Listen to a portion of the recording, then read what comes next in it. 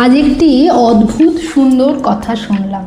এটি একজন গুণী ব্যক্তি বলেছিলেন যে মানুষের মধ্যে মানুষে মানুষে যখন বিশ্বাসটি কমতে শুরু করলো, ঠিক তখনই না এই দরজার আবিষ্কার হলো।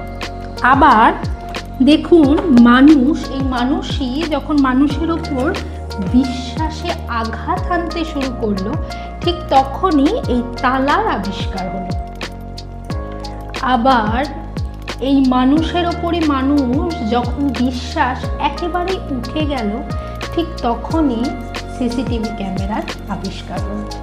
কি অদ্ভুত কথা না? দেখুন, কি অদ্ভুত বাস্তব কথা যে সত্যি আজ বোধ হয় আমাদের মানুষের মধ্যে মানুষের বিশ্বাসটুকু এতটুকুও নেই, কারোর প্রতি কারোরই বিশ্বাস যেন এতটুকু নেই। তাই সেই গুণী ব্যক্তিটি যে কথাগুলি বলেছিলেন, সত্যি অপূর্ব কথা বলে গেছেন।